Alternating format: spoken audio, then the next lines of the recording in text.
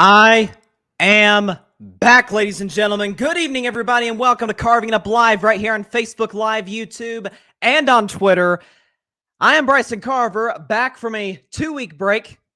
Well, not exactly called a vacation, although it was nice to get some time away, take a little breather.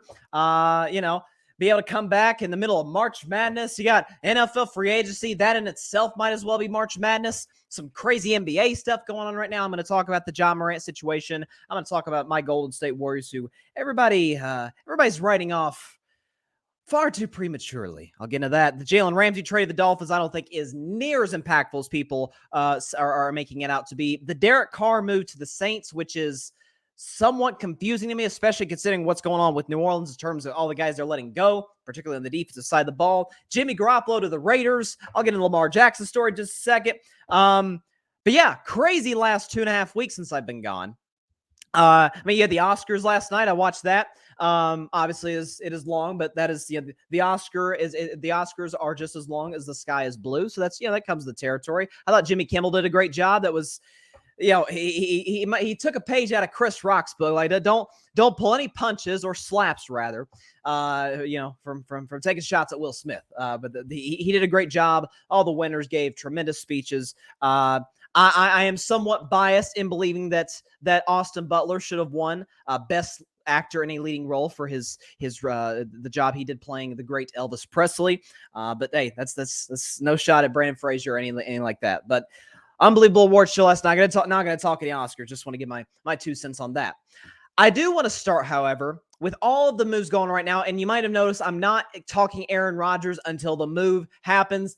At this point, I've got a little bit of Aaron Rodgers fatigue in terms of will he or won't he? It's like that show with the couple that doesn't get together until 2-3 seasons after the show starts. We all know those TV shows. Point is, not going to say anything until the Aaron Rodgers Jets news breaks because it seems to be imminent. Jets players seem to be excited about it, but I don't know what to make of it because it's not official. So I'm going to wait. Alexander Johnson, my teammate here at the Grid on the Cowboys Cam Fan Podcast. What's up, Alex? He says, crack him, son. Well, I don't have any to crack. I got some Gatorade. It's not really exactly a crackable beverage, but I'll let y'all in Canada do that to honor the show. I appreciate y'all.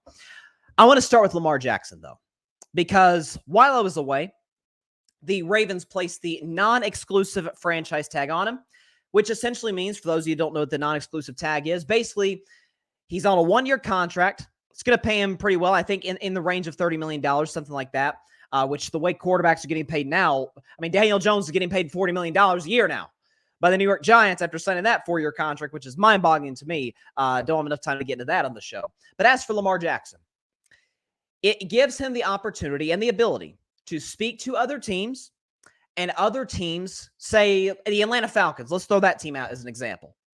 They could bid on him. They could offer him a contract, and the Ravens have the right to either match the contract or exceed it, and thus they would retain Lamar Jackson.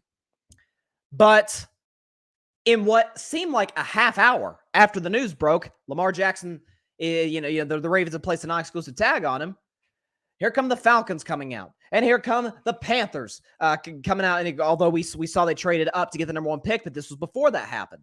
I think the Commanders came out and said that they weren't interested in Lamar Jackson. All the Dolphins, no, we're content with Tua, even though he cannot stay healthy. And all the, some of the knocks on Lamar Jackson is he can't stay healthy. Well, that's the same thing with Tua. That's neither here nor there. Point being, all of these teams right off the bat, no, we're not interested. Now, some people are saying, hey, it's collusion. I don't know if I believe in that's collusion. Here's what I do think it is, though. And I think the Ravens were the Ravens are a smart organization. I think they're one of the better organizations in the league. Steve Bisciotti's a great owner. Eric DeCosta's a solid general manager. And you know what I think about John Harbaugh. Frankly, both Harbaughs, but I think John Harbaugh is a fantastic head coach.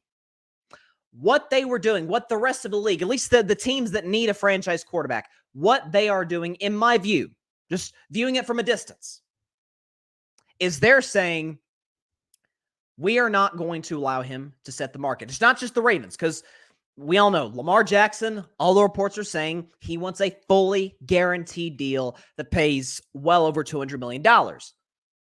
Again, somewhere in the same ballpark of the contract Deshaun Watson signed a year ago, which the owners were incensed at the Haslam family, who tends to do bad business. Trust me, I live in Tennessee, I know. But they signed Deshaun Watson because they're desperate for a quarterback, despite his many off-the-field concerns and troubles and allegations and so on and so forth.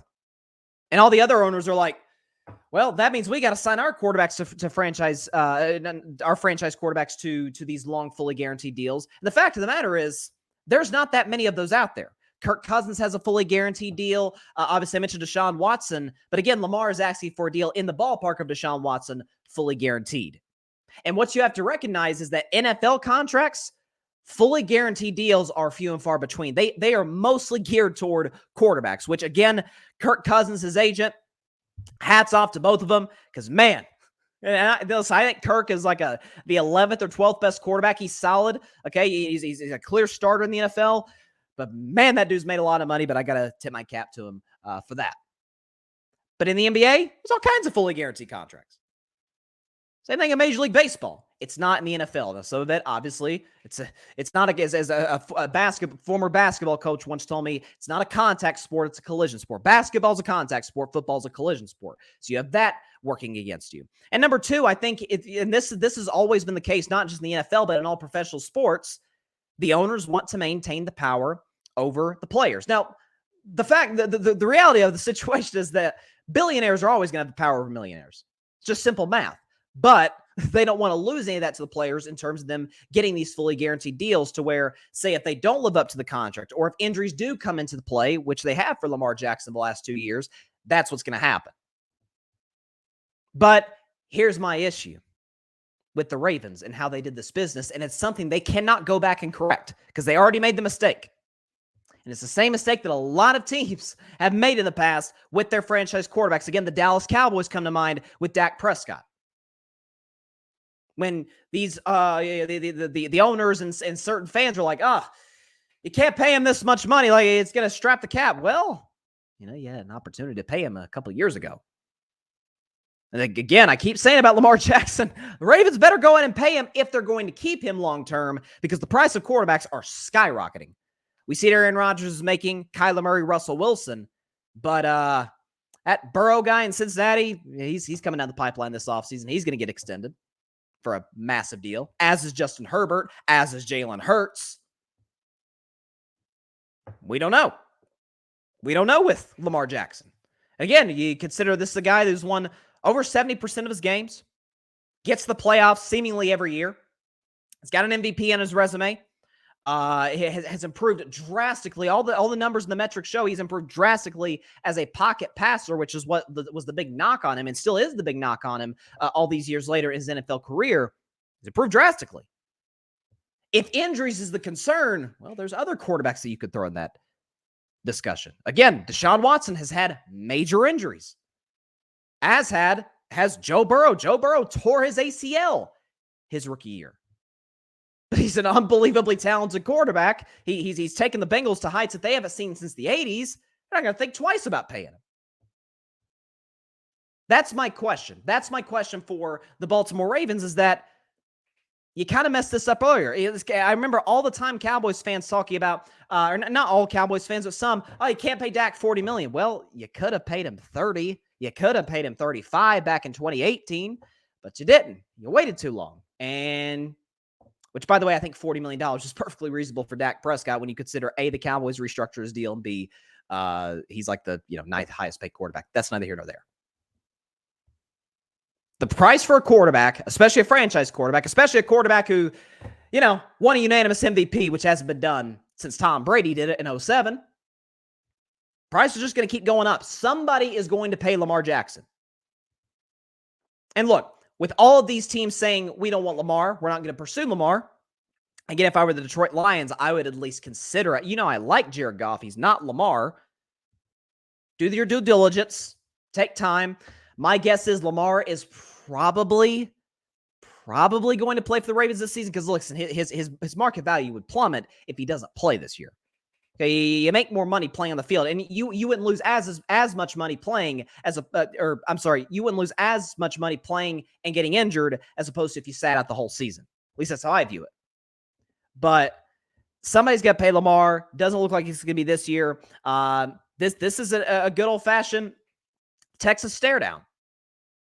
because Lamar's not blinking, Ravens aren't blinking, and again, you have the added component of Lamar as his own agent, which complicates things all the more. So, listen, we'll see what happens in terms of whether or not they're able to retain him, whether or not he plays this year. My guess is he probably does. But man, this has got to be the weirdest contract negotiation that I've ever seen, especially for a quarterback. The only comparison I can think of is Le'Veon Bell with the Steelers as far as just weird contract negotiations. We all know how badly that turned out for Le'Veon, how much money he lost.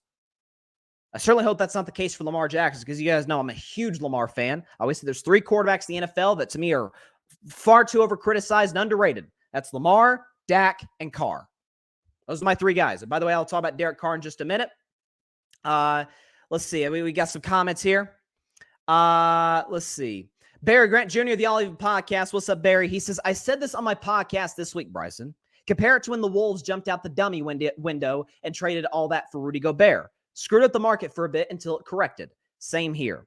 Lamar not having representation hurts him in regards to certain nuances in negotiations. He needs to realize he isn't getting that foolish Watson deal. And that appears to be the case. And listen, I'm hoping the best for Lamar and for the Ravens. Again, I got all the respect in the world for the Ravens as an organization. And again, you guys know I'm a huge Lamar Jackson fan in terms of how he plays the game and how he's improved from his rookie year to now. But again, my guess is, billionaires always beat out millionaires unless the millionaires are able to somehow finesse the system, which I don't know if Lamar's going to do that with the Ravens. We'll see how it plays out, but it is an odd situation. Patrick Brown of the Chaotic Sports Podcast and a new podcast, which is coming out soon. I'll talk a little bit more about that later in the show, because we've got some new shows on the grid. You're going to want to check that stuff out. Patrick says, Baltimore waited too long, and now it'll cost them a few million more to sign Lamar. It's complicated on both sides. And then Alfred from the Metropolitan Report, which is back on the grid, as I talked about right before I went on my break. Shout out to Alfred. He says, Lamar shouldn't hold out. We've seen what a season-long holdouts did to Le'Veon Bell. Came back and was never the same. The year off hurts. Totally agree. I think it would be career suicide, certainly financial suicide, in terms of Lamar wanting that big deal if he were to sit out this whole season. I think it'd be horrible for him. Sitting out the end of last season and watching the Ravens just sink to the bottom of the NFL in basically every offensive ranking, outside, I guess, rushing. Yeah, that helped Lamar a little bit. But, man, it's going to be interesting to see how this plays out, because this is just weird. And again, some of it is that Lamar is representing himself, and that he does have an agent. Because if Lamar Jackson has an agent, well, the Ravens aren't going to be as straightforward, if you will, about kind of being real hard negotiators, because that agent may have future players, future star free agents that may want to come to Baltimore, and you don't want to piss off the agent, so to speak. You don't want to put a bad taste in their mouth to where the agent tells the player, yeah, don't go to Baltimore. They don't have to worry about that with Lamar Jackson. So, man, it's odd. I mean, usually you can tell where it's going to go with contract negotiations. I got no idea. I kind of have a leaning for where it's going to turn out with Aaron Rodgers. Towards the end of the Derek Carr, Las Vegas Raiders situation, you kind of had a feeling for where that was going to end up. This one, I got no idea. I really don't. So we'll see what happens. Again, I am on Aaron Rodgers' watch, just like everybody else is right now. I see the Eagles just lost a starter. So listen, there's a lot of deals. The rich get richer in San Francisco. They signed Javon Hargraves away from Philadelphia. That defensive line was already unblockable. Now they just added one of the best nose tackles in the NFL to go with Bosa and with Armstead. I mean, Lord have mercy. And Fred Warner and my man, one of my favorite players that nobody talks about, Hufanga, the safety, the rookie who made the Pro Bowl last year. I love him. Listen, you guys know I'm finally picking a new favorite NFL team. I haven't had a team in like 2.5 years. It's about time I get one. The Niners are in that final 3, because anybody who's watched Carving Up for any length of time knows how much I respect them as an organization. Pittsburgh's in that discussion. The Titans, just because I'm from Tennessee, they're in that ballpark. And I think, listen, as a Tennessee Vols fan, I'm still leaving the door open to wherever Hendon Hooker goes, because that's my guy. I love Hendon Hooker. Hendo Cinco, as we call him here in Tennessee. So it's really technically down to 4, although if Hendon goes to somewhere like, I don't know, Washington, rooting for you, Hendon, but I cannot be a Commanders fan. I cannot be a Commanders fan. I can't do that. But someone I want to move on to who just switched teams, and that's Jimmy Garoppolo. Jimmy Garoppolo signed a 3-year deal worth in excess of about $67 million with the Las Vegas Raiders. Now, for Vegas, it's an adequate replacement for Derek Carr. Is Jimmy G as good as Derek Carr? No, he's not. Not even close. And there, I saw a stat where Jimmy G in the last 3 seasons has like 4 deep touchdown passes. Carr is over 20. Like, it's not even close. Carr's clearly a better quarterback than Jimmy Garoppolo. Here's my thoughts on it, because you guys know I used to once be a Jimmy G fan. And then as time went on, you had the injuries. You had him consistently underperforming in the playoffs. Not just underperforming, having some bad, I mean horrible playoff outings. You think about the Super Bowl against Kansas City. He was terrible in the fourth quarter. Had a passer rating like in the 20s. So he's had some stinkers. I'm not going to put up Jimmy G's playoff stat line right now. But for Vegas, we know that briefly, at least, they were in the running for Aaron Rodgers before they reportedly pulled out. And we see, obviously, it seems to be either Packers or Jets for Aaron. There was rumors about a possible, them going after Lamar, possibly. Obviously, that's off the table now that they've signed Jimmy G. Look, you guys know what I think about Jimmy G. I think he's in that discussion. He's what I call a low-end starter and a high-end backup. If you put Jimmy Garoppolo in a situation like San Francisco, which has probably the best roster in the NFL, with the second, in my view, the second best offensive coach in the NFL, and Kyle Shanahan, second to me only to Andy Reid, with one of the best running games, with Deebo Samuel, and with George Kittle, that offensive line, which, by the way, lost some pieces, but is still good, with Christian McCaffrey, yeah, I would hope he's successful. Now he's in Vegas. Now he's in a division with the best quarterback on earth, Patrick Mahomes, with one of, I think, the 5 or 6 best quarterbacks on earth, Justin Herbert. And I don't think, listen, you guys know I stole my stock on Russell Wilson in October. He's going to have a better year now that he has Sean Payton. Sean Payton made Taysom Hill, look like a serviceable quarterback. I'm sure he can do that with Russell Wilson if Russell is willing to be coached by Sean Payton. And Denver's making some moves in the offseason. Yes, he has Josh Jacobs, and he has Devontae Adams, and Hunter Renfrow, and Darren Waller. Here's the problem. Or here's the problems, plural. Josh McDaniels is his head coach. Josh McDaniels has been an NFL head coach 3 seasons, 2 with the Denver Broncos back in the early 2010s, last year with the Vegas Raiders after getting hired from the New England Patriots. He has yet to have a winning season. And if there's anybody in the NFL, I always criticize, probably my biggest criticism of head coaches in the league is when they don't make adjustments at halftime. And nobody, it's not even arguable, no coach in the NFL was worse at that than Josh McDaniels. The Raiders blew, I think it was 5 double-digit leads, which I'm not sure had ever been done in NFL history. I remember they blew a double-digit lead to Arizona, to Kansas City, to Jacksonville. I mean, they had some games you're like, wow, this is unbelievable. Not to mention, in the last 9 years, which is when Derek Carr was there, they never had a defense in the top 20. For years we've lamented, hey, the one year Aaron Rodgers had a top 10 defense, he won the Super Bowl. Yet Derek Carr never even had a top 20 defense. And so you get a less talented quarterback, a less mobile quarterback with less of an arm, who has to play with the lead. Not to mention Darren Waller, and I love Darren Waller. Congrats to him. I saw he got married to Kelsey Plum, the Las Vegas Aces. Congrats to them. But Darren Waller struggles to stay healthy. Okay. Hunter Renfrow is an excellent slot receiver, but he struggled to stay healthy a year ago. Josh Jacobs is a running back. The Raiders have had a pretty successful running game, but that means nothing if you're trailing a lot of points, which they did last year. And as for Devontae Adams, check his social media. He's disgruntled, we'll put it that way, with the Raiders acquiring Derek Carr. Because if you remember, he joined Vegas to play with the Raiders acquiring Jimmy Garoppolo, rather. Because he joined the Raiders to play with Derek Carr, who was his former college teammate at Fresno State. And then they move on, and he's like, okay, let's see what happens. There's rumors about Tom Brady possibly going to Vegas before he retired. And then the Aaron Rodgers rumors started, and they end up with Jimmy G and Devontae Adams. It's like I keep downgrading at quarterback every year. I go from Rodgers to Carr to Jimmy G. It was not a good investment going to Vegas, Devontae. I hate to tell you. But I don't see how this works into even a playoff appearance. This feels like a 6 to 8 win team. 9 wins feels generous. Because they had 6 last year with Derek Carr, and it feels like they had a lot of those seasons. They had some 7-9 years, some 8-8 years, made the playoffs twice, but that was with, especially in 2021, Derek literally putting the Raiders on his back, carrying them to the playoffs with all the organizational chaos they had a couple of years ago. But you've got a bad defense, a tight end, superstar tight end, but he can't stay healthy in a brutal division with an unproven NFL head coach. What is there to like? Is he better than Jarrett Stidham? Sure he is.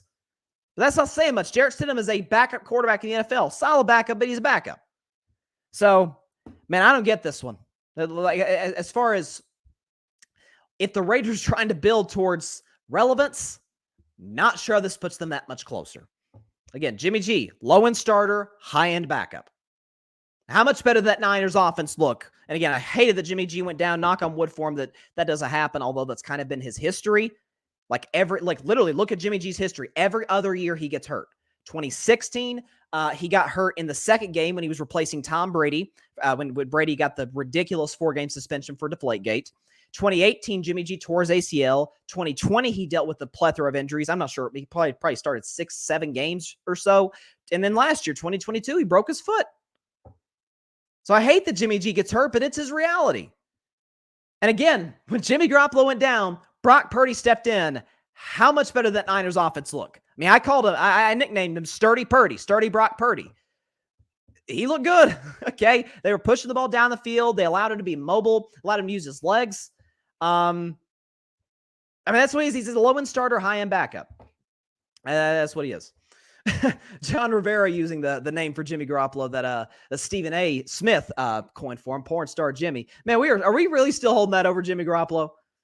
Lord, it was definitely a lapse in judgment. There's no question about that. Patrick Brown, the Niners are stacking up and going for it all. Bears signing Tremaine Edmonds is huge for their defense. Pittsburgh just reached an agreement for Patrick Peterson, which is good for Pittsburgh, by the way, because they just lost.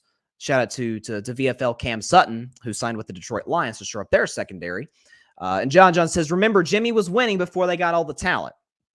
I don't know. That Niners roster is still pretty good, John. They still had Nick Bosa. They had Dee Ford. If you remember, Dee Ford was a good pass rusher. They had Kittle. They had Debo. That was Debo's rookie year. Who else? I remember they had Emmanuel Sanders. I mean, so that was still a stacked Niners roster. Not as good as it is now. The secondary was a little bit of a weakness. But, yeah, I mean, there's a reason the Niners just ran over people.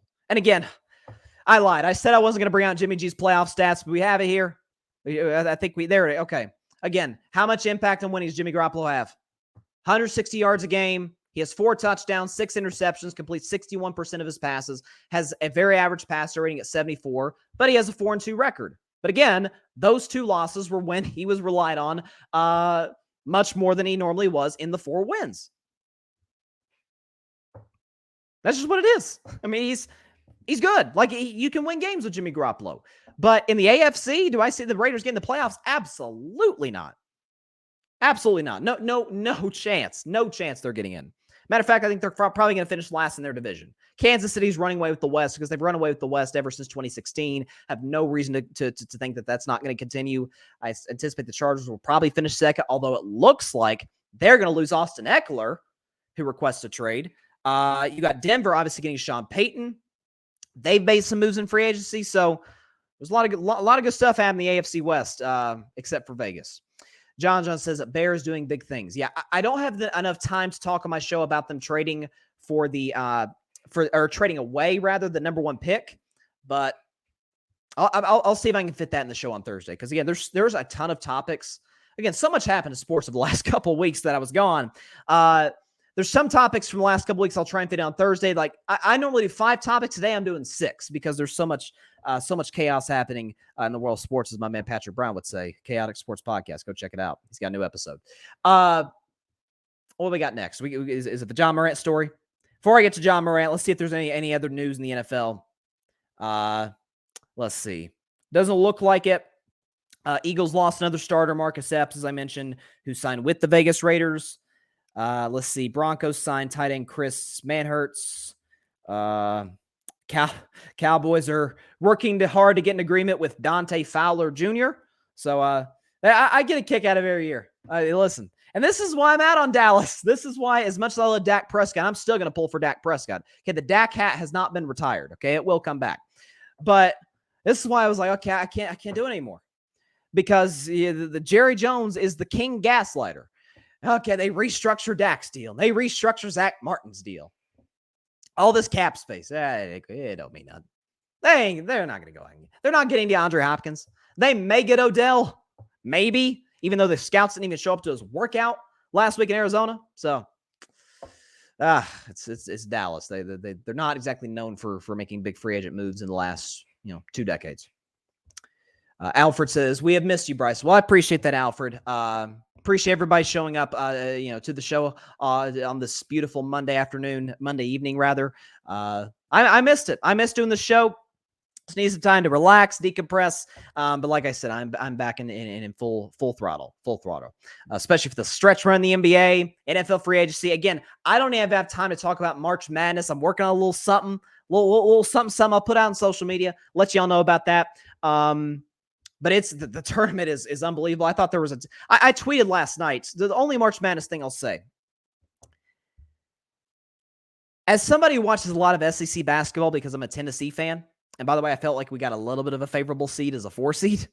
I felt like the tournament, I feel like the committee was a little generous to Tennessee, but hey, I'll take it. Texas A&M got jobbed. Okay, how is Texas A&M a 7 seed? Their resume is good. They finished second in the conference. Oh, boo-hoo, they lost to Alabama, who's, ranked number 1 in the country today. They came out with the top 25. The AP did. Alabama's number 1. I mean, yeah, A&M as a 7 seed is crazy. I mean, nutso. I did not know Alfred was a Purdue fan. Okay, he says, let's go Purdue Boilermakers. All right. I got nothing against Purdue. I got a lot against Alabama and Florida. And see, I'm technically not supposed to like Georgia, but I'm telling you, Georgia has the nicest fan base I've ever encountered ever. I mean, like Georgia and all fans of Canadian sports teams, like the Raptors, the Blue Jays. I mean, that's just kind of the stereotype really is true about Canadians being nice, like they really are. By the way, something else too. Panthers signed Sam Darnold. That's interesting. So they must know, again, a lot of folks are talking about who's the Niners starting quarterback. Well, I'll tell you who it's not. It's not Brock Purdy. Okay, he had Tommy John surgery, basically. So he's gone all of this. There's no way Brock Purdy's playing this season. I don't know if they'll let him play, even if he's somewhat close. That is a full year-long recovery, as we know from Major League Baseball, from pitchers getting that same surgery done. I'm assuming Sam Darnold is the backup to Lance. But how interesting would that be if Trey Lance doesn't pan out? Because you guys know I was all in on Trey Lance after during the 2021 draft. I famously said Trevor Lawrence is the best quarterback. Lance will have the best career because of the talent surrounding him. Well, he's barely played, and when he has played, I mean, there's been moments here and there where you're like, oh, there he is. There's the 3rd overall pick in the draft. But it's been kind of underwhelming, especially when you consider what is around him as opposed to what Trevor Lawrence had around him his rookie year, what Justin Fields has had around him. That's the Sam Darnold step in, and he's the Niners savior. If so, I don't know if I'd have all that much confidence. But I don't know. I don't know. Buccaneers kept Jamel Dean, by the way, which is good. He's a solid DB. So yeah, there's a lot going on. By the way, Falcons got Jesse Bates. People don't know about Jesse Bates. Dude is an incredible and a huge member to that Bengals secondary. That's going to be a big loss for him, because I talked about the back half of last season and certainly in the playoffs.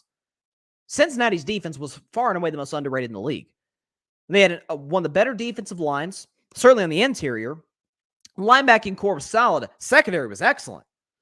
Take away Eli Apple, at least secondary was excellent, and that's why they got as far as they did. It's, there's no shame in losing to Patrick Mahomes at Arrowhead Stadium. There's no shame whatsoever in that. It had helped if Joe Burrow had played better, but that's neither here nor there. So, let's see. Okay, that's just about the Cowboys possibly getting OBJ. Yeah, so nothing's official. It's just speculation. Okay, so a little bit of a serious topic. Let's see. Do we have a comment here? Yeah. John says Atlanta doing big things too. Yeah, listen, they're spending money in free agency. We'll see what their quarterback situation is. I have to assume they're taking a quarterback in the first round of this draft. Desmond. I wasn't all that high on Desmond Ridder coming out of Cincinnati. He's fine. He had some moments last year. He had a solid game against Tampa Bay in the regular season finale, but it's nothing to write home about. I assume they'll take somebody. Where's Atlanta? Atlanta in the top 5 of the draft? I think they are. We know Carolina, again, is the number 1 pick now, so we assume it's Stroud, it's Bryce Young. We'll see. But again, more NFL draft talk to come. We got about a month and a half until draft day, which is very, very exciting. We'll see if we can do a live stream NFL draft here on the grid or on Carving It Up. It should be interesting to see. But I do want to, again, I want to transition to a little bit more serious topic because, again, this is something else I didn't have the opportunity to kind of get my take on. It's something that is still relevant in the National Basketball Association today, and that is the situation regarding Ja Morant. So, as we all know by this point, a little more than 2 weeks ago, something like that, Nuggets play in Denver. Nuggets beat the Grizzlies. I'm sorry, Grizzlies play in Denver. Nuggets beat the Grizzlies. And Ja Morant goes to a strip club. And he goes on IG Live and is flashing a gun. He has not played a basketball game since. The Grizzlies have suspended him. At first, it was 2 games. Then they extended it to 4 games. It feels like an indefinite suspension. I know Colorado police was investigating it. They're not going to press charges. So it's kind of up in the air right now as whether or not Ja Morant's even going to play the rest of the season. I do know this. If David Stern was a commissioner, we saw what happened with Gilbert Arenas in 2009. If David Stern was a commissioner, and I love Adam Silver. Adam Silver, to me, is the best commissioner by far. And I like Goodell, but Silver's the best commissioner by far in professional sports. But if Stern was a commissioner, Ja's done for the year. But what I think is makes the story all the more interesting is because of the other stories that had come out in the weeks prior to him flashing the gun on IG Live, where there was the one about him and his entourage or allegations that they pulled up to the Indiana Pacers team bus and pointed a red laser. You have the allegations that last summer, Ja basically beat up a 17, 18-year-old kid after playing pickup back at his home. I guess it was in South Carolina because that's where Ja is from. There's some, they're allegations. We have no idea if they're true or not, but not great for an image of a guy who just signed a deal with Nike, who just signed a deal basically to be the face of Powerade, the sports drink. It's not a good look for a guy who is one of the young faces of the NBA. And again, with, Steph's getting older, LeBron's getting older, so is KD. So, once these guys sort of age out of their primes in the next 3-4 years or so, Ja's got an opportunity to be literally one of the premier faces of the NBA. Along with Giannis, Joel Embiid, Jokic. But what does Ja not have in common with those guys? He's an American-born player. And we know, listen, as great as Giannis is, I think Giannis is the second best player in the world, Steph Curry. I'll talk about the Warriors later on in the show. But there's a special type of marketing that comes for American-born players, right? It's how it's always been. I mean, Hakeem Olajuwon was the second best player in the 90s, in my view. It's either Hakeem or Barkley. But Barkley was way more popular than Hakeem. I don't think Hakeem was from the U.S. I could be wrong on that. I could be totally wrong on that. Michael Jordan obviously was the face of the NBA in the 90s. Ja Morant has an opportunity to be something somewhat similar to that. And he's jeopardizing this big time, folks. He is. And again, he put out a statement. He's reportedly he's getting help to address certain things. I don't know if there's any alcohol at play. I don't know if there's drugs, whatever the case may be. All I can say for Ja individually right now in the moment is that he gets the help he needs in order to address these problems. Here's what I'm not going to do. Because I'm big on, I'm somebody who takes personal responsibility into account a lot. Here's one individual that I'm not going to be as hard on as I feel like a lot of people are. T. Morant, who's Ja's dad. We know T. Morant is a very outspoken guy, somewhat similar to LeVar Ball in some ways. Remember LeVar? He's obviously seen courtside a lot of Grizzlies games. We understand the incident he got into with Shannon Sharp at the Crypto.com arena in Los Angeles. All these type of different things going on. Ja Morant is 23, 24 years old. Now, he's still young, but he's not 19. He's not like a kid. Like, he's not like my age, essentially. This is his fourth year in the NBA. It's up to him. It's up to him to surround himself with people that are going to put him in the best position to succeed. You know who did that? And I think is a billionaire because of it and has helped lift up people because of it? One LeBron James. LeBron James understood, because listen, LeBron James came from Akron. You know, he had a rough childhood growing up. He understood that the name LeBron James, his name is a brand. Signed a $100 million contract with the Cavs before he ever played a basketball game. You got Nike, who he signed a lifetime contract with. All these different endorsements. All the hype surrounding LeBron James. LeBron, as an 18-year-old kid, understood what that meant in terms of who to surround himself with. And to his credit, he surrounded himself with great people. Maverick Carter, Rich Paul. I mean, a great inner circle. Obviously, we know he's been with his wife, Savannah, since day one, basically. Bron understood that at 18. Again, now, different people are different maturity levels. I understand that.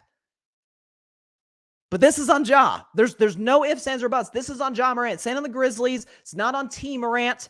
Okay, because to T. Morant's credit, he raised Ja Morant pretty well. Went to Murray State. Nobody knew who he was. Gets drafted in the NBA by the Grizzlies. Has become literally one of the faces of the NBA. I mean, you turn your head every other day. Ja either dunked on somebody's head. Obviously, there's that play against the Lakers last year where he literally went up. His head is at the rim where he blocked. I think it was Avery Bradley's layup attempt. He's an incredible athlete and is so fun to watch. He's got to understand that his very name is a brand and what he is jeopardizing. And I'm pulling for him. Listen, I don't like the Grizzlies. I've been very clear about that, especially as a Warriors fan. I'll say that for later. But man, I do not want Ja, as a young kid, putting himself in position to throw away what has the potential to be, is it too early to say, dare I say, the potential to be a Hall of Fame career? He's accomplished so much on and off the court, individually. And don't go throwing that away just because you want to present an image of yourself that, for keeping it real, probably isn't the case. I'm not talking about Ja's character. I'm talking about the image that he's trying to portray on IG Live in his personal life.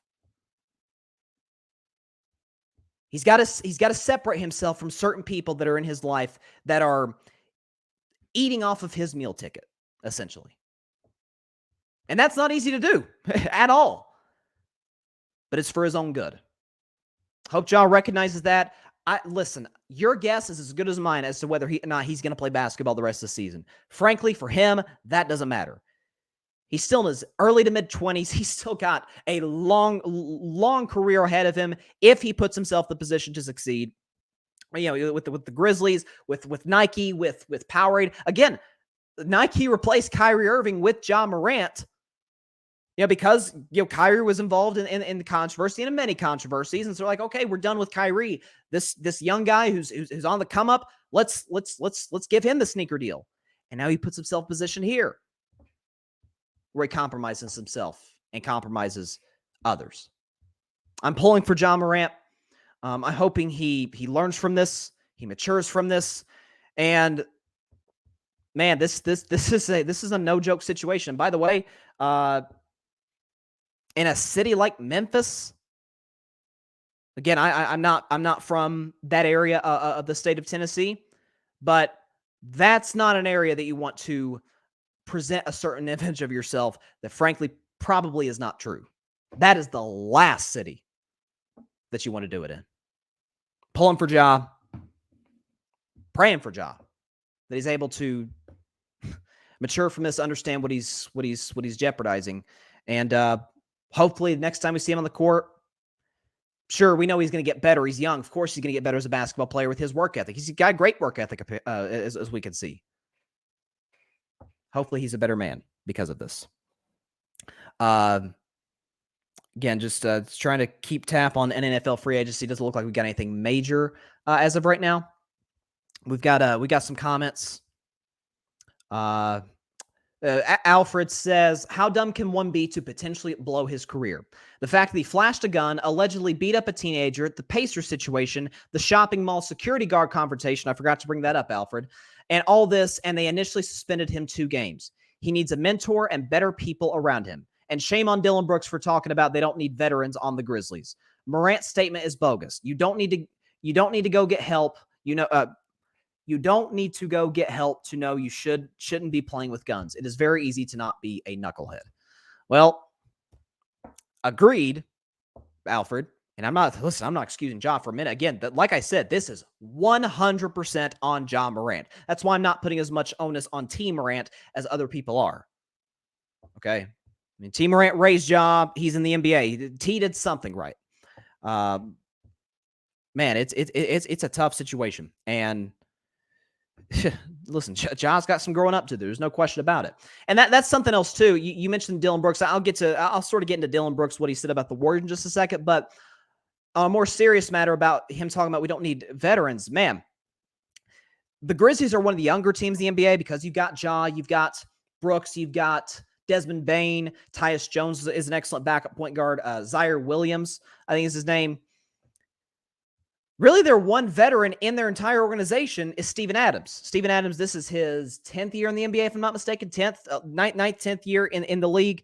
And, Steven's a guy who's been there and done that. He's played with OKC, with New Orleans, with Memphis. And listen, that is a voice in the locker room. Ask anybody who's ever played with Steven Adams. That is a voice in the locker room that everybody respects.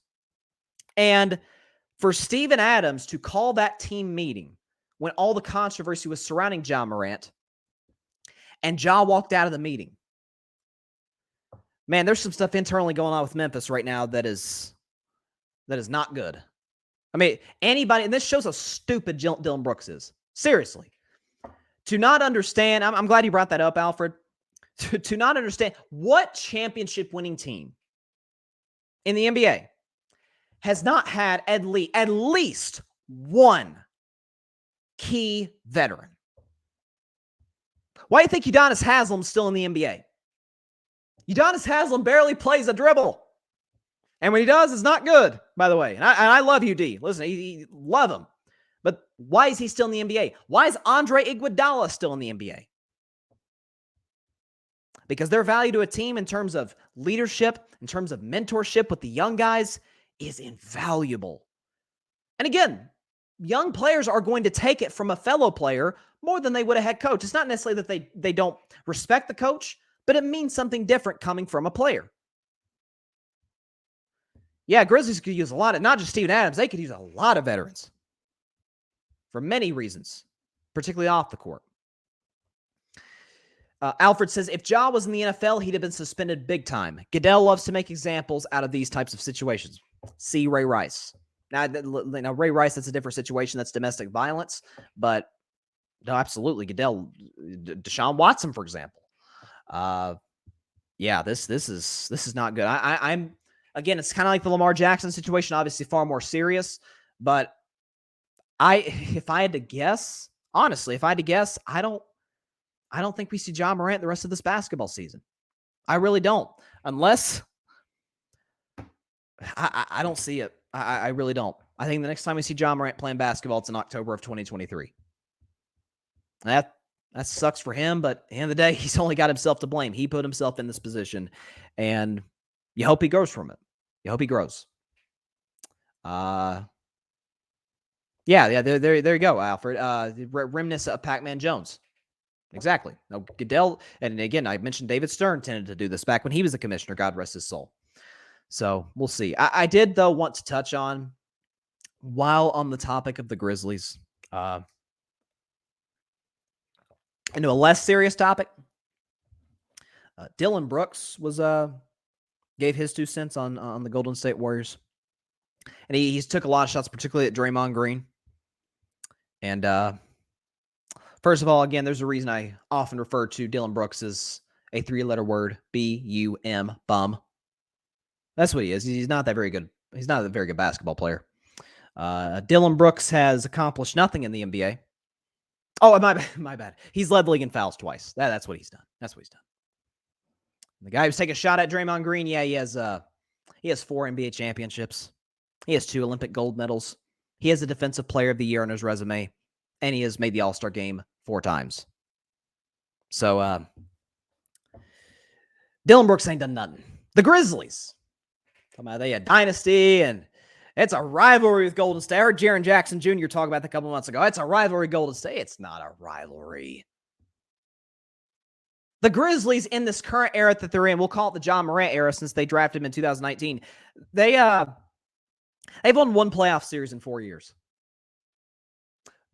What's interesting too, in the last 4 years, the Grizzlies, well, let's call it 3 because the playoffs haven't started yet.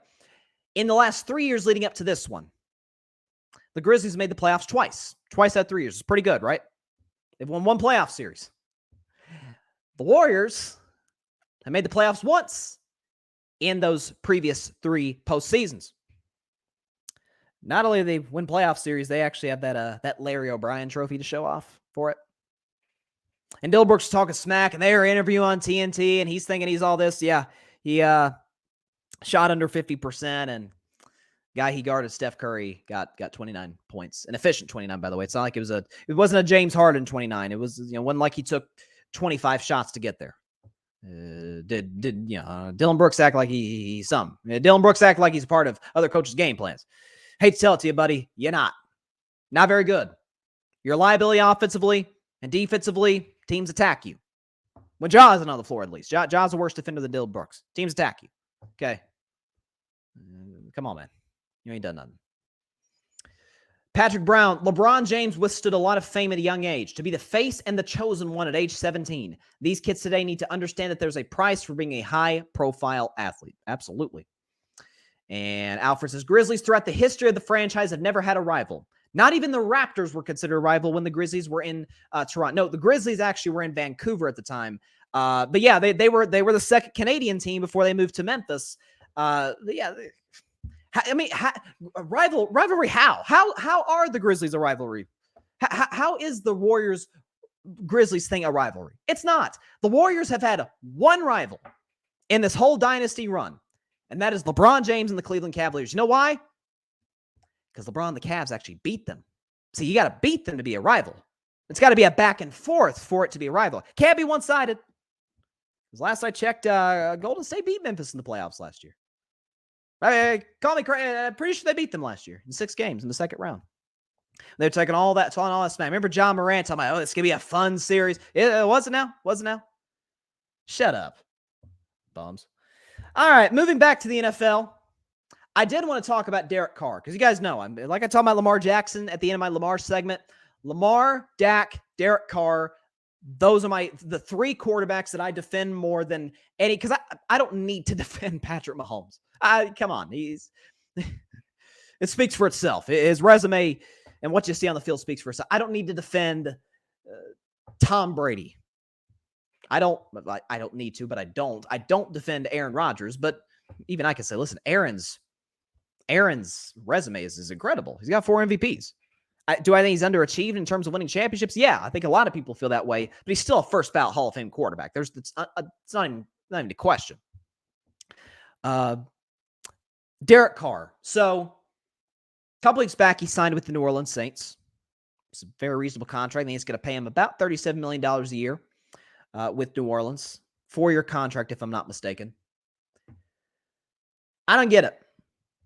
And I love Derek Carr. I don't get it because, yes, he left Las Vegas, or Vegas released him, and he's like, thank God, I'm out of here. Poorly run organization. We understand that. Bad defense for the 9 years he was there. We understand that. An influx, just a revolving door, a carousel, if you will, of coaches, offensive coordinators, not to mention he played in one of, if not the toughest division in the NFL. It was a circus, not to mention the stuff that happened off the field with the Raiders in the time that he was there. He goes to New Orleans. Is it more stable? Absolutely. Is it an easier division? 100%. The Saints are, to me, easily the favorite today to win the NFC South because the Panthers are in rebuild, the Falcons are in a rebuild, and the Bucs, to a lesser degree, are in a rebuild as well. I'm hearing that they're targeting Baker Mayfield. They'll win 6-7 games, maybe 8, but they only won 8 with Tom Brady last year. So Tampa Bay's effectively in a rebuild. It's New Orleans that's really, really confusing because they just lost, again, another VFL. Shout out to Shy Tuttle. They lost Shy Tuttle. It looks like they're going to lose Marcus Davenport in free agency. They had to restructure Cam Jordan's deal. They've already got the albatross, which is Taysom Hill's contract, Michael Thomas's contract. I think Michael Thomas is going to make like $25 million this year, which is nutso. Safe to say he's peaked back in 2019. Alvin Kamara, you've got a situation with his contract and off the field. There's some stuff there. So I don't get it. Are the Saints the most talented team in the division? Yeah, probably. Certainly we understand the home field advantage that is the Superdome. But I don't get it, especially too.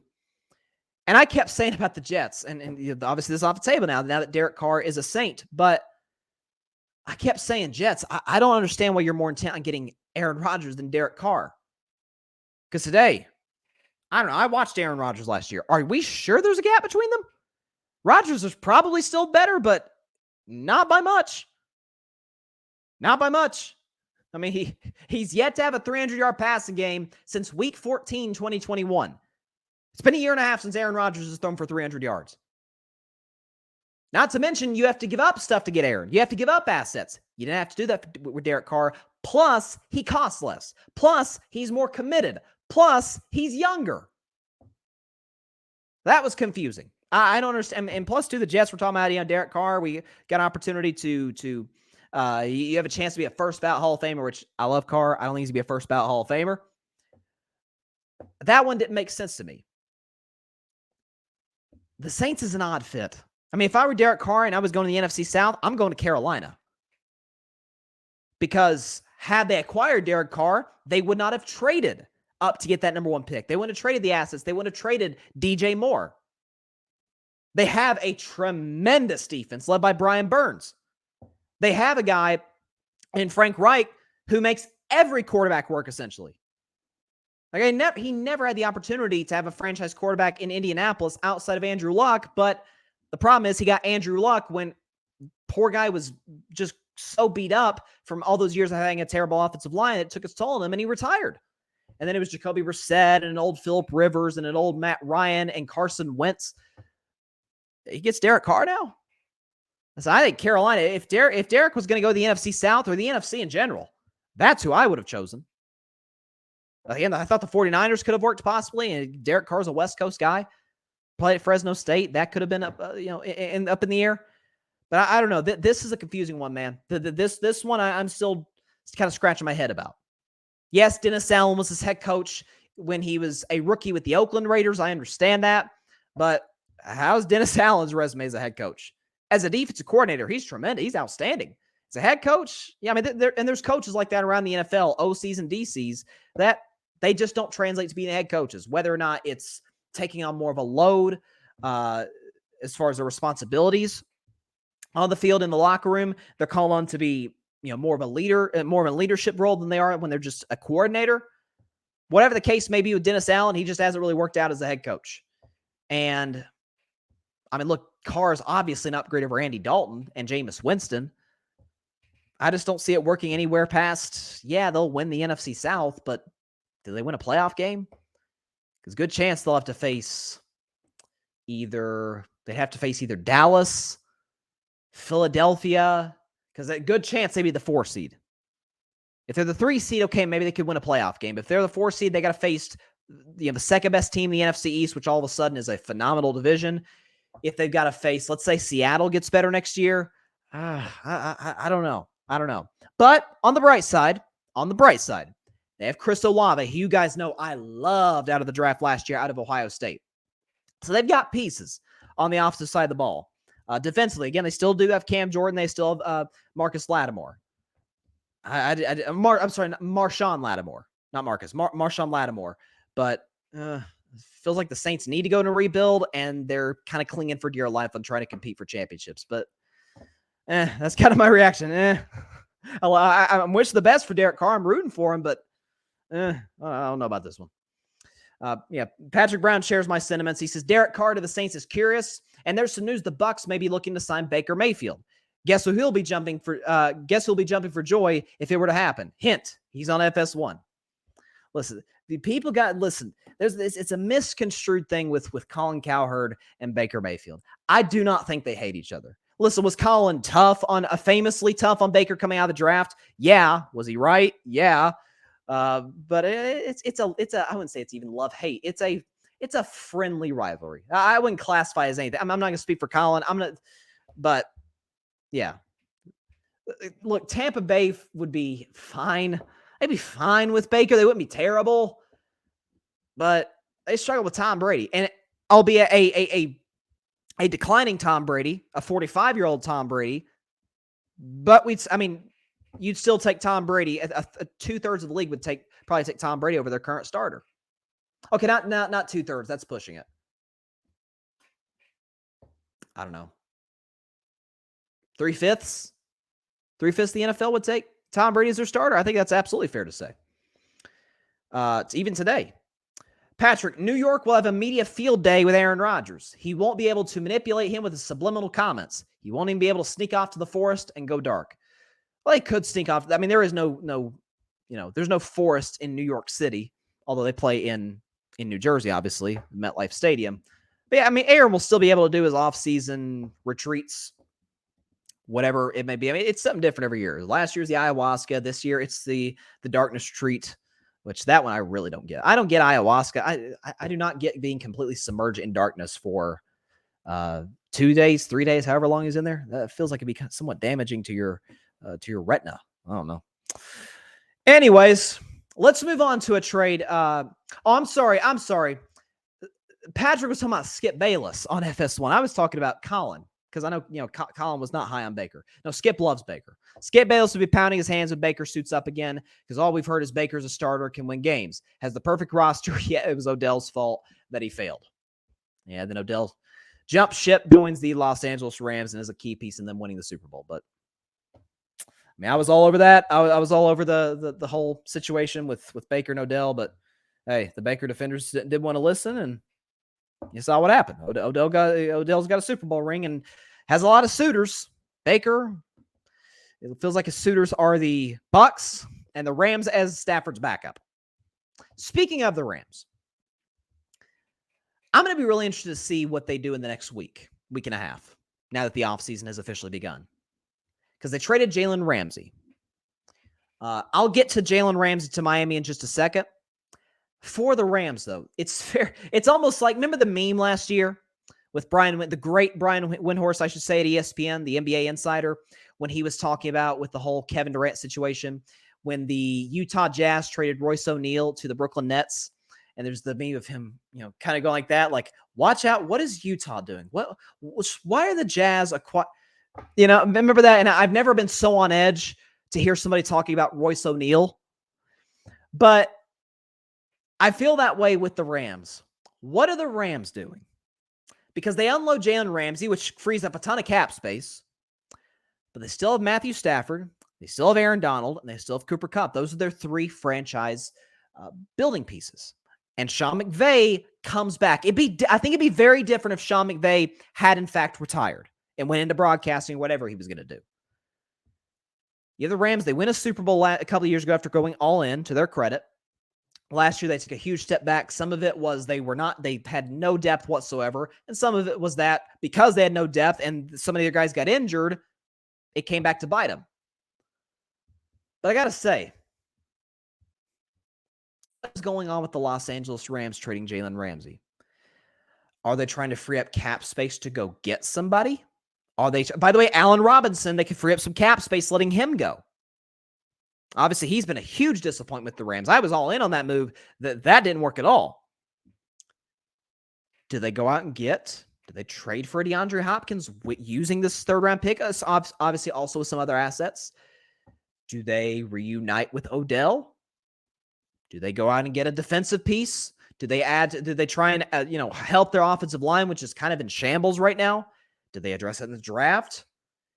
It's very interesting because the Rams are an aggressive organization.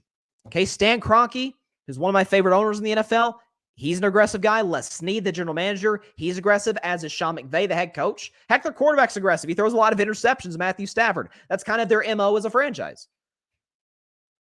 Are they just going to automatically go in the tank? Or are they going to say, hey, I mean, San Francisco's in our division. We know what they're going to be next year. Philadelphia appears to be. Now, they're going to lose some defensive starters, but I have a hard time seeing Philadelphia taking this huge step back. They'll still be a player in the NFC. But Green Bay's going to lose Aaron Rodgers. Vikings are almost certainly going to take a step back. I anticipate the same for the Giants. Rams are sitting back and saying, like, we probably have a top 4 quarterback in the conference. Now that Rodgers is gone, Hurts is the best. Dak is probably second. Carr's third, in my view. And then it's probably Stafford. I would take Matthew Stafford over Kirk Cousins, and I love Geno Smith, but over Geno Smith. And definitely over Kyler Murray. I'm totally out on Kyler Murray. It's fascinating. I'm just, the next week and a half, that's the team that I'm really going to be studying. What is the Rams' plan this offseason? Because they're not an organization that just flies by the seat of their pants like a lot of organizations out there that just willy-nilly spends on guys they probably shouldn't spend on. You're not sure, okay, what's their goal? They're giving up assets, but they're not paying guys. That's not the LA Rams. I don't know. I'm curious to see what their plan is for this offseason. As for the guy they traded, Jalen Ramsey, to the Miami Dolphins. Again, they got a Rams got a 3rd-round pick and a backup tight end, essentially. I got to tell you, I don't think it makes Miami significantly better. Yes, Jalen Ramsey was once one of the top corners in the NFL. Is he anymore? I was on this in week 1. I remember the Rams got blown out by the Bills on opening night at SoFi. I came on my show the next day. I said, I'm not panicky about the Rams, but one of the concerns I had was, man, Jalen Ramsey got torched again by a top receiver. Look at these numbers for Jalen Ramsey, okay?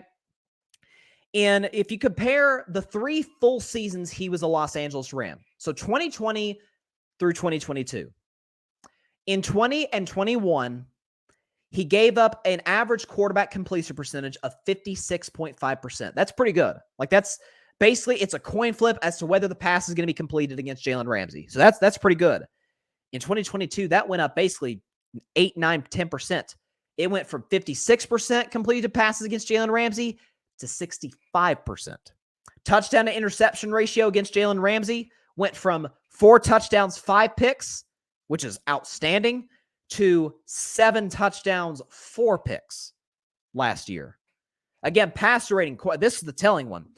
Quarterbacks passer rating in 2020 and in 2021 against Jalen Ramsey. Their passer rating was 68. Below league average. Their passer rating when throwing at Jalen Ramsey last year, 99. So basically, you got a 100 passer rating when throwing at Jalen Ramsey last year. I do not love this move for the Miami Dolphins at all. Because now what this means, you're already paying Tyreek Hill. You're going to have to pay Jalen Waddle next year because he's a tremendous wide receiver. Yes, you bring in Vic Fangio, and that helps. Vic Fangio is one of the premier defensive coordinators in the league. We understand that. But you already had a number 1 corner in Xavier Howard, who had a great year a year ago and has had an excellent career. Jalen Ramsey is not only a declining player, but man, he is an expensive player. And that contract's still got another 2-3 years left on it. So I don't know, man. That's like, it's a confusing move for Miami, especially too, if Jalen has another down year next year, now his value is gone.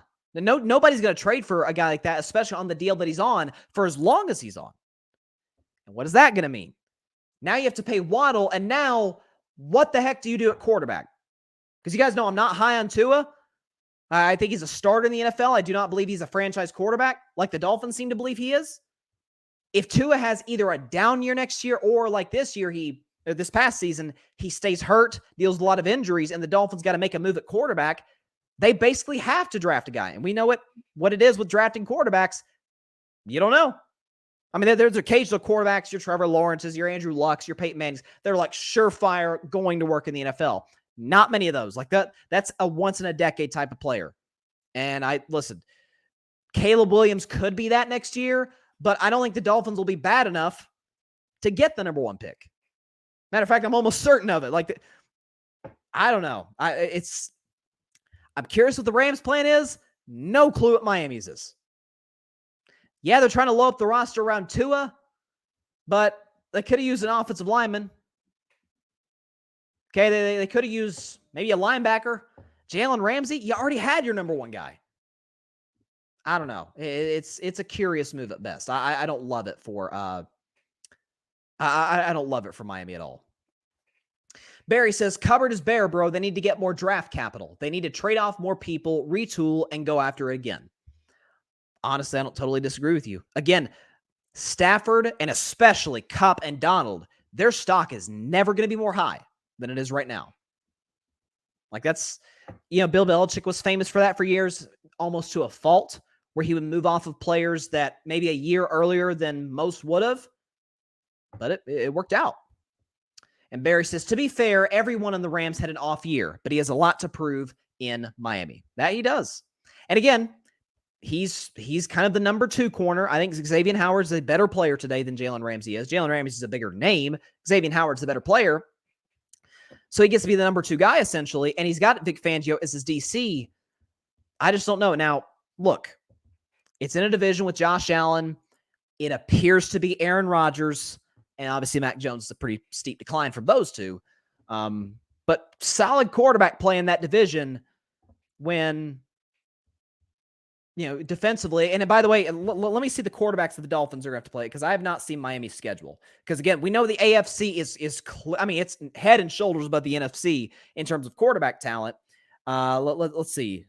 Checking the Dolphins 2023. Again, their schedule doesn't come out for another couple months, but we do know who their opponents are. We know who everybody's opponents are.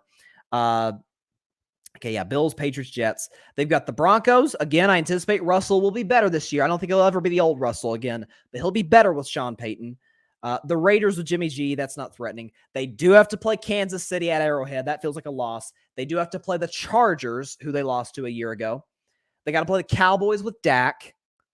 Giants, that's not threatening. The Eagles with Jalen Hurts.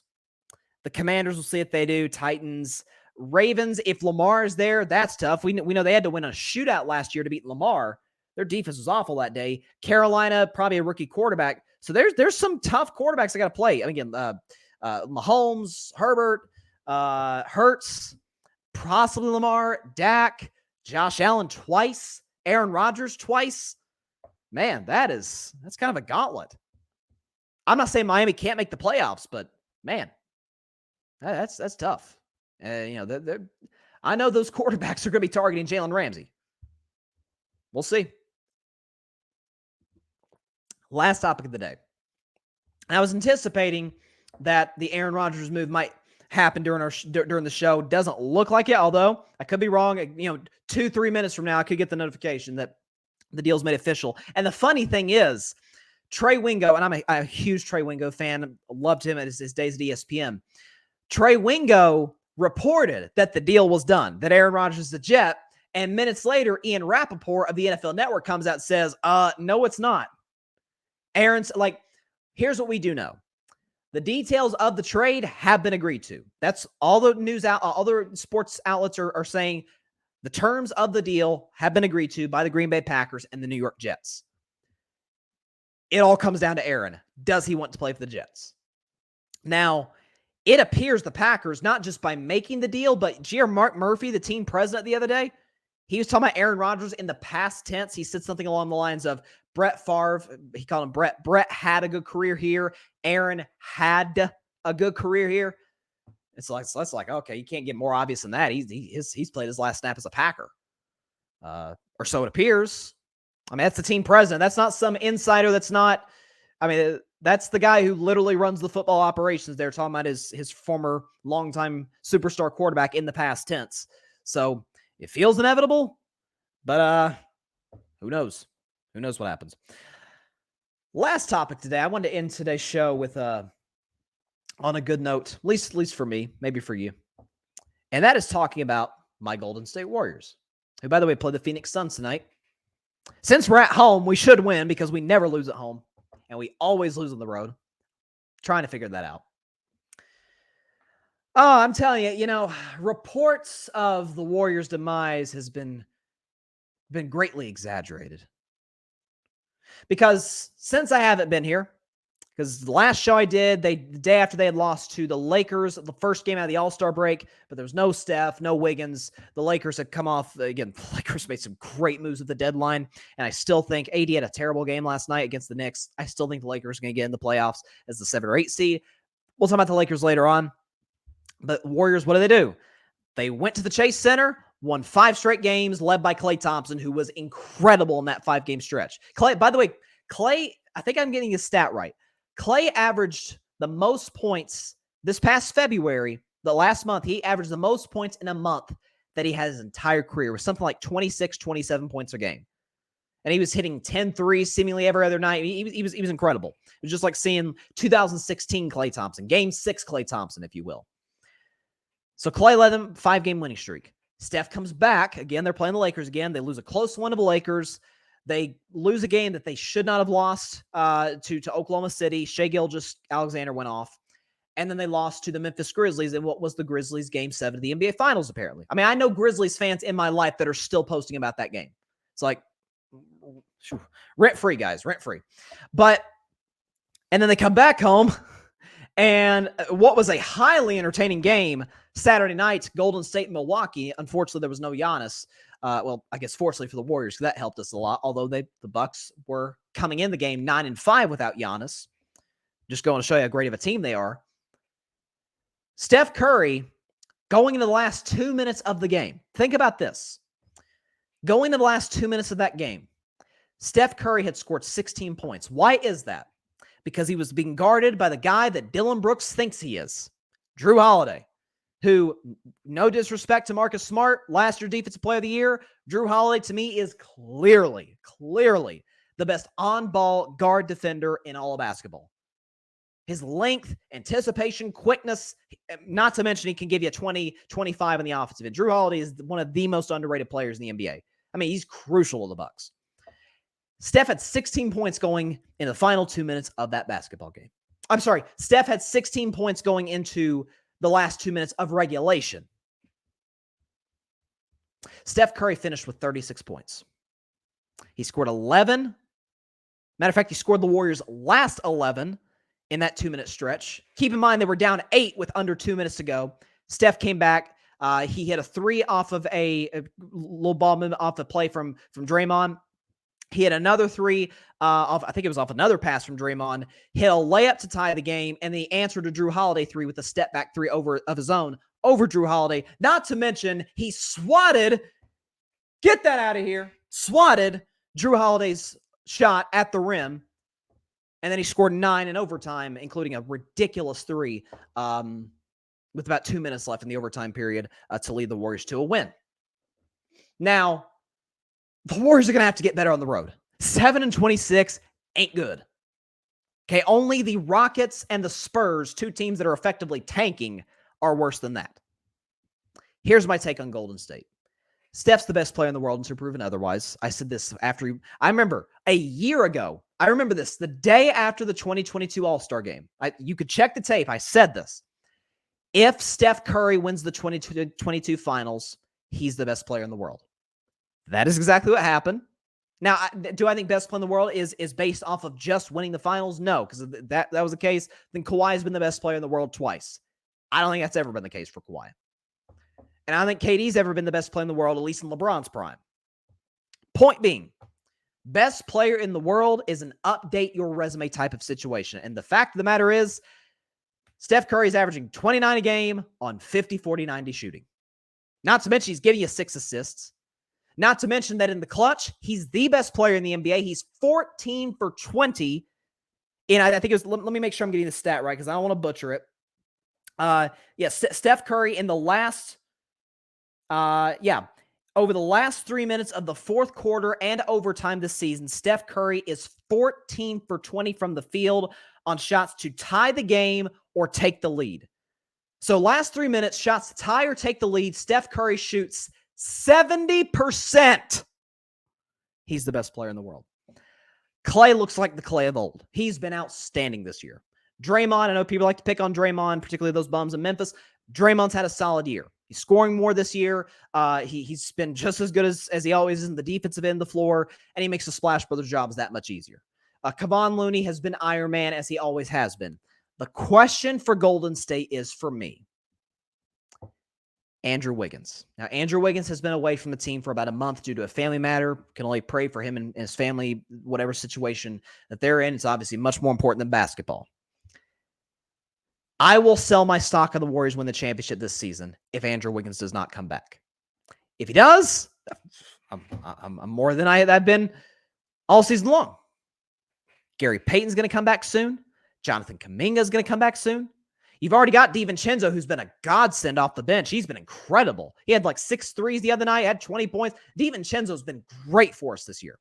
Who else? JaMychal Green had a big night. I remember JaMychal Green got off to a rough start this year and has really found his rhythm within the rotation, has found a good place for him. So, and here's another question I have. As somebody on the Warriors, when they play, it makes me want to punch the TV, although I would never do that. Jordan Poole. Jordan Poole. Yes, he's inefficient, but that's not what bothers me. That's not what bothers me. It's when Jordan Poole tries to go 250 miles an hour. Jordan Poole, you're not Kyrie Irving, okay? I'm not a Kyrie fan at all, but the dude is the greatest handle I've ever seen in my life. You're not Kyrie Irving. Stop trying to be. Stop turning the ball over on trying to dribble the ball through your legs, behind your back through your legs, spin. Stop, okay? That's not your game. Your game is to get to the rim off the dribble. Your job is to knock down open shots because you're going to get plenty of those playing with Steph Curry and Klay Thompson with Draymond Green as the primary distributor. Play your game and play within the offense. I mean, you're seeing Draymond. We know what happened before the season started, but that play against Oklahoma City where Draymond is calling for the ball, yelling for the ball, Poole doesn't pass him, and Draymond literally gives up on the play, just walks off, and Oklahoma City gets a turnover back the other way. You've had Steve Kerr getting incredibly animated on the sideline whenever Poole makes a mistake. I've seen Steph Curry roll his eyes. Heck, Steph Curry got thrown out of a game. He was so mad at Jordan Poole by chucking his mouthpiece the length of the floor when Jordan Poole took a very ill-advised shot. That's the question. Could Jordan Poole play more within the offense like he did a year ago? And can Andrew Wiggins come back?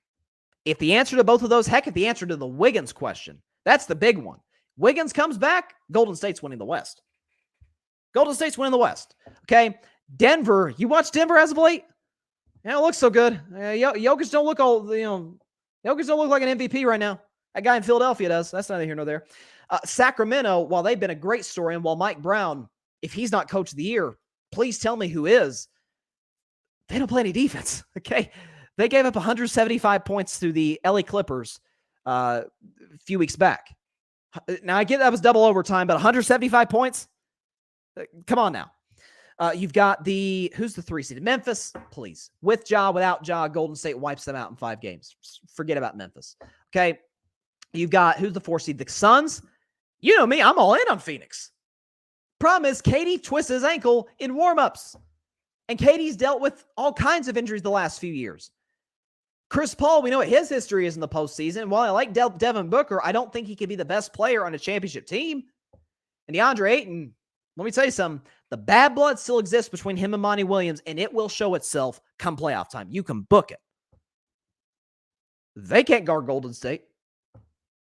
Okay. Who's the 5 seed? Is the really? Clippers. Yeah, Clippers going to beat Golden State. Okay. Okay. I worry about Kawhi's health. Paul George comes and goes in the playoffs, and they have Russell Westbrook. That's all I need to know. Dallas, please. Dallas wasn't a threat before Kyrie. Now they got Kyrie. Golden State would dismantle them in 5 games. Who else? Minnesota. Come on. And now we're getting to Minnesota and the Lakers and who else is in that discussion? Some OKC and Utah. Like, come on.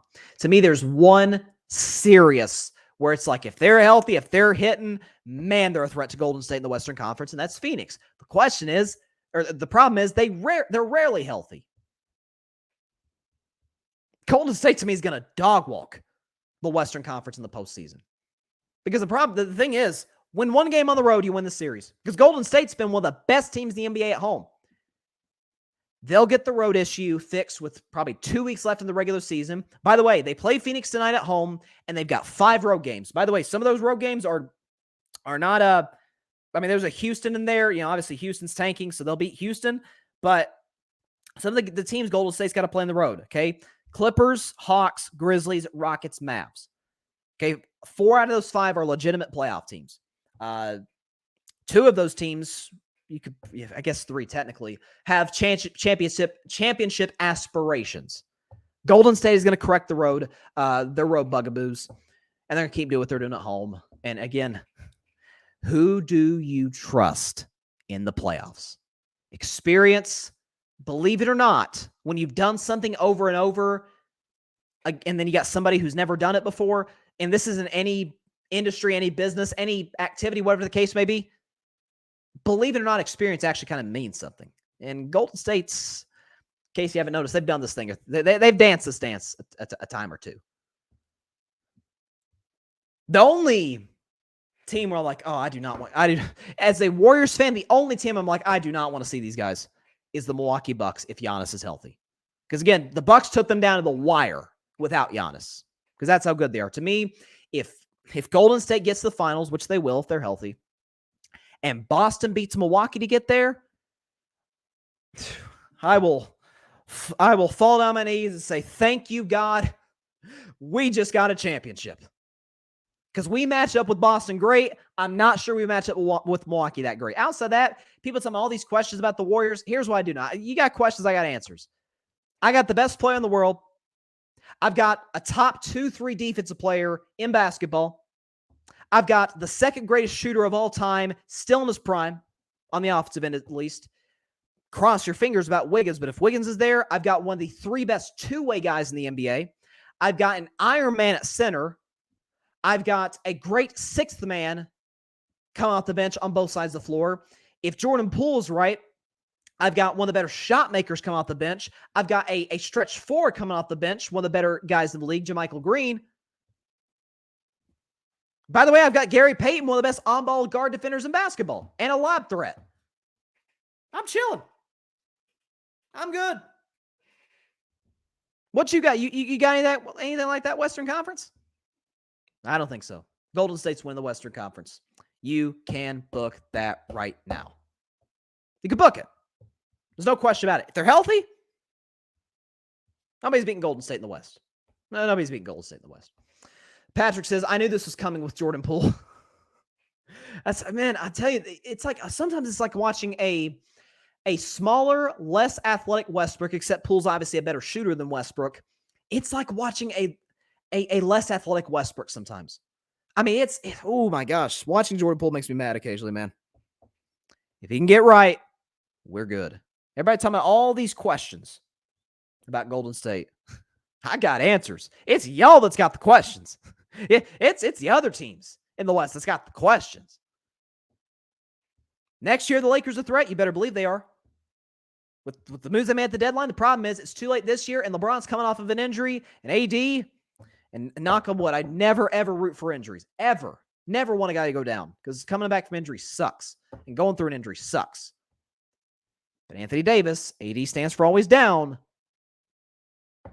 You can't rely on him physically. Now, if he is there and if he is engaged, okay, we got a different conversation. But that's rarely the case. It's not been the case the last 3 years. Yeah, Dubs will win the West. Come on now. Like, why are we even having this discussion?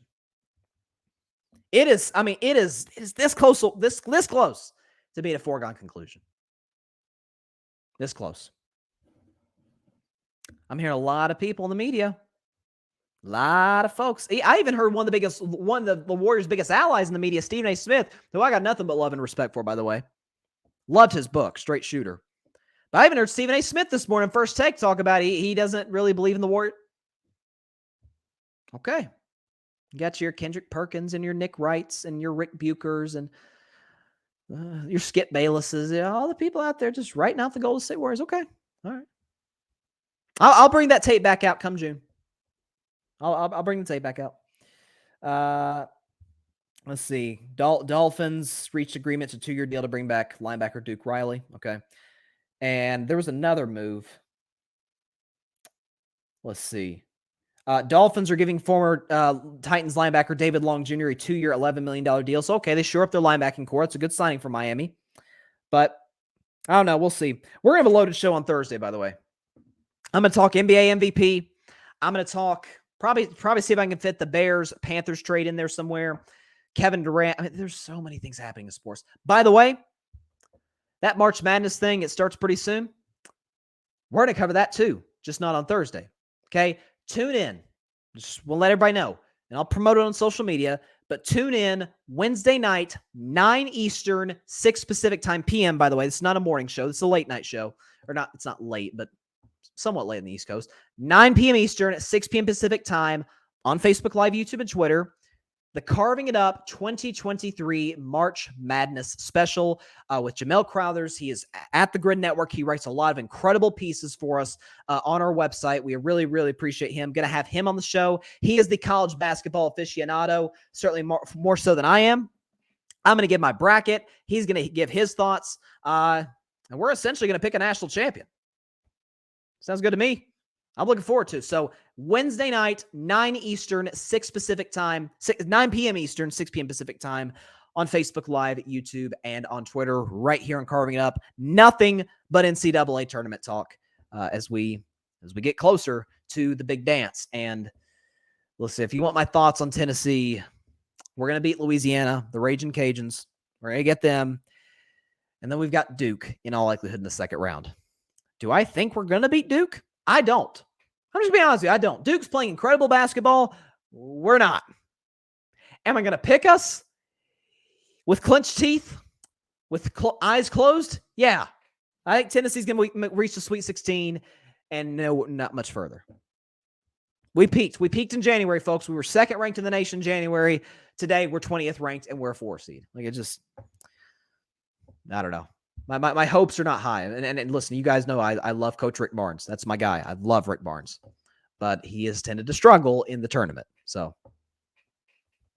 we'll see. We'll win our opening game. That I am confident in. I'm not all that confident we get out of the round of 32. So we'll see.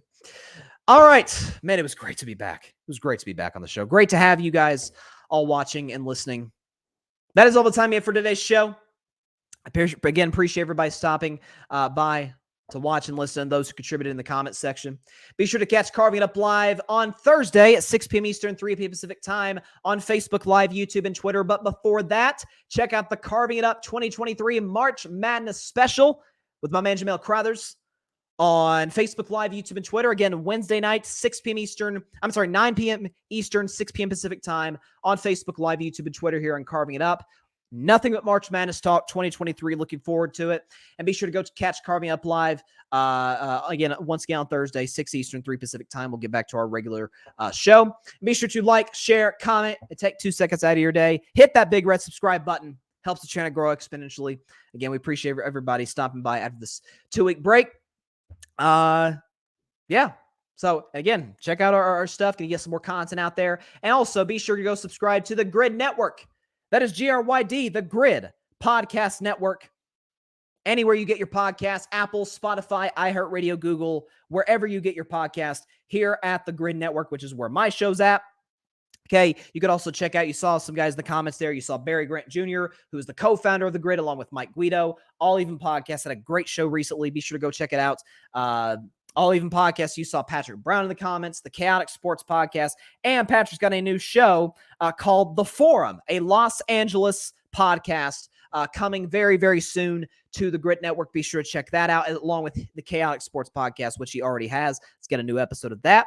What else do we have? We've got Alfred Parsar Jr., who was in the comments, Metropolitan Report, outstanding baseball podcast. I mean that from the bottom of my heart. Please, please, please go check out his show, The Metropolitan Report, on YouTube and wherever you get your podcast on the Grid. Who else we got? The Cowboys Can Fan Podcast. I saw Alex at the beginning of the show. Shout out to Alex and Adam and Anth, all the guys at the Can Fan Podcast. Be sure to check their stuff out on the Grid. Ryan Flowers, Clutch Sports Talk. Check out his stuff on the Grid. And we got a new member of the Grid. We've got Parnell. He's got the Commanders Demand podcast. He's a big Washington Commanders fan. Be sure to go check his stuff out. He's just put out a new episode. It's great, great stuff. Go support him on the Grid Network. Looking forward to it. All right. See y'all on Wednesday. Don't forget, Wednesday night, 9 p.m. Eastern, 6 p.m. Pacific time, the Carving It Up 2023 March Madness special. Looking forward to that. 9 p.m. Eastern, 6 p.m. Pacific time, Facebook Live, YouTube, Twitter. Have a great week, everybody. I'll see you on Wednesday night. March Madness is upon us, which means the NBA playoffs are not far away. Looking forward to it. Have a great week, everybody. Please continue to stay safe out there. Please be sure to take care of your physical and your mental health. God bless you all. Peace out. Man, it was good to be back. Thanks so much for watching the show on YouTube. Be sure to click that big red subscribe button and go check out the other clips and full shows of Carving It Up Live. Have a blessed day.